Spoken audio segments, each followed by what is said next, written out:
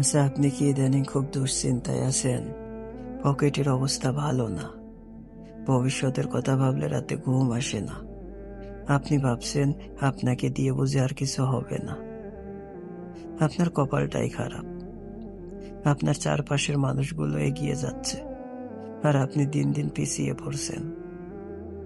তাহলে শুনুন, আপনাকে বলি, আপনি কি সে রবকে সন্দেহ করছেন যিনি আপনাকে মাতৃগর্ভে অন্ধকার 3টি স্তরের মাঝে রিজিক পৌঁছে দিয়েছিলেন, যেখানে আপনার কোনো হাত ছিল না, আপনার কোনো বুদ্ধি ছিল না? আজ আপনার বুদ্ধি হয়েছে বলে কি আপনি মনে করছেন আপনার রিজিক আপনার হাতের উপর নির্ভর করছে? আপনি কি জানেন আপনার রিজিকে মহাবিশ্বের কারো ভাগ বসানোর ক্ষমতা নেই? আমরা কেন অভাব বোধ করি জানেন? কারণ আমরা আমাদের রিজিকের মালিক মনে করি আমাদের চাকরিকে, আমাদের ব্যবসাকে বা আমাদের বসের খুশিকে। আপনি দিনরাত দৌড়াচ্ছেন টাকার পেছনে, নিজের পরিবারকে সময় দিচ্ছেন না, নামাজ পড়ার সময় পাচ্ছেন না, ভাবছেন এভাবে বেশি টাকা আসবে। কিন্তু আপনি ভুল ভাবছেন। হ্যাঁ, আপনি ভুল। আপনি আপনার চেষ্টার অতিরিক্ত 1 পয়সাও পাবেন না, যদি না তা আপনার তকদিরে লেখা থাকে। অথচ আপনি সেই টাকার পেছনে দৌড়াতে গিয়ে যার হাতে রিজিকের চাবিকাঠি, সেই আল্লাহকেই ভুলে বসে আছেন। আপনি কি মনে করেন যে আল্লাহ আপনাকে সৃষ্টি করেছেন তিনি আপনাকে না খাইয়ে মেরে ফেলবেন? মানুষের গোলামি করতে করতে আপনি আপনার রবের উপর ভরসা করা ছেড়ে দিয়েছেন। হ্যাঁ, ছেড়ে দিয়েছেন। এজন্যই আজ আপনার মনে এত অস্থিরতা। মাঝে মাঝে আল্লাহ আপনার রিজিকে টান দেন কেন জানেন? যাতে আপনি বুঝতে পারেন এই দুনিয়া আপনার নয়, যাতে আপনি বুঝতে পারেন আপনার সামর্থ্য কতটুকু এবং তার সীমাবদ্ধতা। তিনি চান আপনি যেন সব দরজা ছেড়ে তার দরজায় কড়া নাড়েন। আপনি ভাবুন তো সেই পাখির কথা। সে কি আগামীকালের খাবারের চিন্তা করে নিজের ঘুম নষ্ট করে? না, করে না।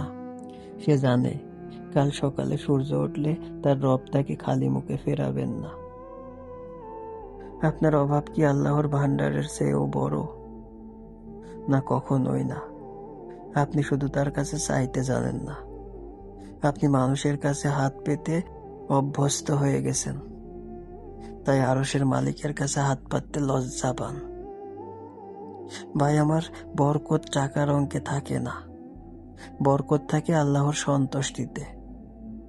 আপনার যদি অল্প টাকা থাকে কিন্তু মনে শান্তি থাকে, তবে বুঝবেন আপনার রিজিকে বরকত আছে।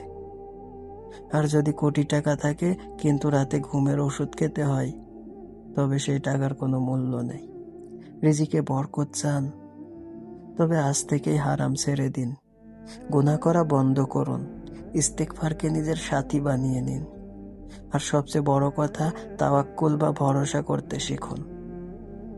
আপনি যখন সত্যি সত্যি আল্লাহর উপর ভরসা করবেন, তিনি আপনাকে এমন জায়গা থেকে রিজিক দেবেন যা আপনি কল্পনাও করতে পারবেন না। রিটার্ন টু আল্লাহ। রিজিকের পেছনে নয়, রিজিক দাতার পেছনে দৌড়ান। আজ রাতে যখন ঘুমাবেন, সব দুশ্চিন্তা আল্লাহর হাতে সঁপে দিয়ে ঘুমান। নিজেকে বলুন, আমি আল্লাহর বান্দা, আর তিনি আমাকে একা ছাড়বেন না। কাল সকালের সূর্য আপনার জন্য এক নতুন রহমত নিয়ে আসবে ইনশাল্লাহ। যিনি পিঁপড়াকে পাথরের নিচে খাবার পৌঁছে দেন, তিনি আপনাকে ভুলে যাননি। আপনার চোখের পানি বৃথা যাবে না, আপনার অভাব কেটে যাবে। শুধু তার উপর বিশ্বাসটা হারাবেন না। আমাদের ফিরতে হবে তারই কাছে। রিটার্ন টু আল্লাহ। শান্ত থাকুন। হ্যাঁ, শান্ত থাকুন। আপনার আল্লাহ আপনার সাথে আছেন।